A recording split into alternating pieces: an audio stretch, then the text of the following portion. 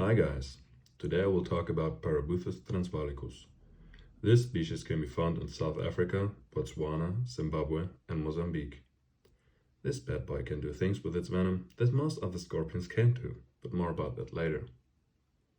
At first glance, you will see why it's also commonly called the South African or Transvaal thick-tailed scorpion. Like many other highly venomous scorpions, it has a well-developed and sturdy mesosoma with a big telson on its end, but comparably slender pincers, the pedipalps. These are the only features that stand out color-wise. They can range from orange to yellow and give a nice contrast to the dark grayish to black body. They can grow up to, or even over, 10 centimeters or 4 inches. That's quite a handful for a highly venomous scorpion from a really hot part of the earth. They can mate once into their 7th or 8th instar, and it takes about 6 to 9 months until the female gives birth to around about 60 to 100 scorpions. Mostly 70, 80-ish. As with most scorpions, they can pretty much eat everything that's as big as they are. They need a water dish and some small moist spots in their tank also. They do not live in the Sahara Desert, so they do well with a mix of coconut fibers and sand. Maybe add some flat stones to that, as they like crevices and shallow burrows under stones, and it will resemble their natural habitat the most. And while we are at eating, I try to feed this little bad boy, and I think he's hungry. Let's give him a big cricket, if I can grab one, that is.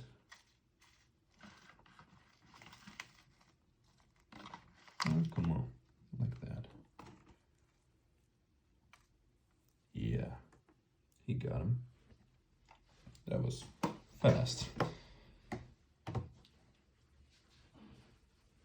I will zoom in a bit so you can watch him eat while I'm talking. Now to the venom, as he just envenomated his prey. It's definitely no joke. No joke. It contains curtoxin, which is a protein containing 63 amino acids, and it interferes with your nervous system. Not only that, it also can spray, or rather squirt, the venom up to a meter or 3 feet. Most of the time, the first drop of venom is clear, and it's clouding up the more venom it gives off. It controls how much of the toxin is in the venom. Supposedly, the pre-venom is not as venomous. It acts like a warning. Scientists are onto that right now, but we will see. As you can see, I keep mine in these plastic boxes when they're still young, like he is.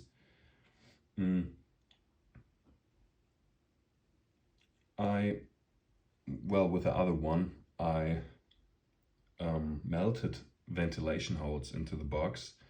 This one I just drilled some holes, so there's a good cross ventilation. Try to avoid standing moisture. The background is a bit moist, but I just sprayed it, so yeah. The soil is a mix of cocoa fiber and sand. I put some rocks and sticks in there to make it as natural as possible and to provide them with a hiding spot. And a water dish, you can't see it, but a water dish is standard. Thing is, most people will say they will get their moisture from the prey, but just because you don't see them drink means they are not drinking. They need it. They need the moisture. So give them a little water dish, like a bottle cap or so fill it once or twice a week with some drops of water. I've read that they are strictly nocturnal, even more so than their cousins Parabuthus velosus, but in my experience, they can be really active throughout different times of the day.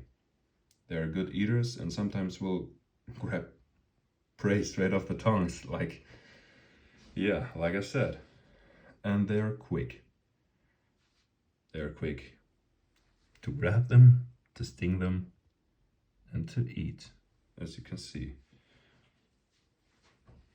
So, my conclusion? As a responsible owner of venomous animals, you should always be careful and take some precautions. Some people are wearing gloves and safety glasses while working with the species. Well, I wear glasses, but I don't see the need in gloves, although sting-proof gloves are generally a good idea. If you get drops of venom on your skin, just rinse them off as soon as possible. If there is no wound, you should be fine. Other than that, these are quite the active crawlers. They can get really big and are generally quite the characters. I just love them, even if they can get grumpy from time to time. Thanks for watching this week's episode of my introduction to scorpions. Have a good time.